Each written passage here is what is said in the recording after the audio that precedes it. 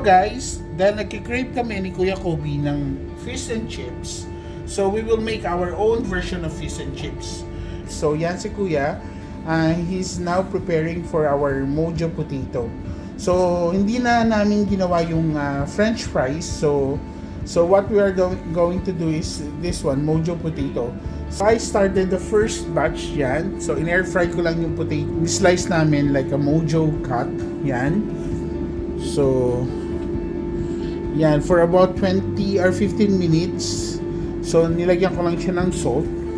This is our fish. Ito yung typical na nabibili na nakapack na sa supermarket, yung white fish. Yan, dito, na favorite ng mga bata. So meron kaming three way of coating. So yung fish, yung cornstarch, like iwawash natin ng egg, saka pinaghalo ko yung panko at saka breadcrumbs, saka yan yung mantika natin. So let's start doing the fish. Alright, so dyan lang kayo guys. So itong fish natin, binabad natin to sa lemon and pepper. Then nilagyan lang natin ng konting corn, ng salt and pepper. Yan. Lemon, salt and pepper. So yan. Ito yung first coat natin guys. We have to put it in the cornstarch. Yan. Then i-egg wash lang natin siya. Then lagay natin siya doon sa may breadcrumbs. If you want a double coat, pwede naman, pero okay na sa amin itong isang coat. Kasi ang mahalaga, ma-coat lang natin yung fish. Ayan. So ayan na siya guys. Tapos pinainit na natin yung pan natin for about 150 Celsius. Yan, pwede na yan. Tingnan lang natin guys. This is how it goes. Ano yung white fish natin. Pina-fry lang natin siya. So, ganun kalalaki yung mga fish cut natin. I-move lang natin siya guys. Para hindi siya masyadong masyadong. Actually, madali lang maluto ito guys, itong white fish nito. So, baliktad natin siya.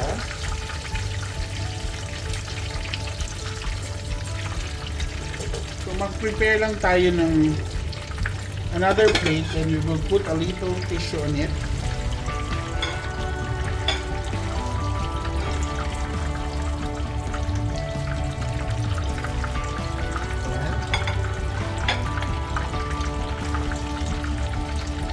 So, in another procedure guys, we will get another fish. Lagay lang natin ulit dun sa cornstarch natin. Ayan. Kailangan i-coat natin siya properly guys ng cornstarch. Ayan. Then i-egg roll ulit natin siya. Egg roll lang natin siya. Then after that, lalagay natin siya sa breadcrumbs or panko. Alright? Yan. It smells good. Siguro naman magiging okay na yung craving mo, kuya, di ba? Alright. Kasi we're planning to order dapat. Kesa nga lang, naisip namin ni Mami, ang liit lang yung it's enough servings, pero baka mabitin lang kami. So nag-create na lang ako ng sariling version ng fish and chips namin. Yeah. So while frying the fish guys, yan. Ito naman yung aming mojo fries. Yan. So I think this is enough. So kita nyo guys, luto na siya. Yan. Yan na yung aming mojo. Yan. In-air fry lang namin guys. Yan.